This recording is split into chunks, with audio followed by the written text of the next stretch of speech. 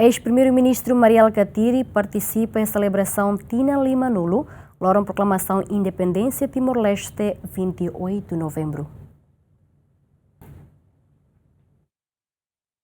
Eis Primeiru-Ministru Mari Alkatiri participa em comemoração loron 28 de novembro, Proklamasaun Independência Badala Limanulu, nebe governo organiza e Palácio Governo. Hafen participa cerimônia comemoração em sessão dader, Mari Alkatiri fonia observação katak, discurso Presidente República e comemoração bodas de ouro RTL fundamenta Proklamasaun nebe Timor-Leste hetan. Orsek hakuliona imus inaba. Atau saída makau au hanoi ohi hamai ne. Atrona discurso Presidente dia para havel dehan desculpa orsek hakulia sala. Mas o discurso não confirma que saída para colher o Orsek.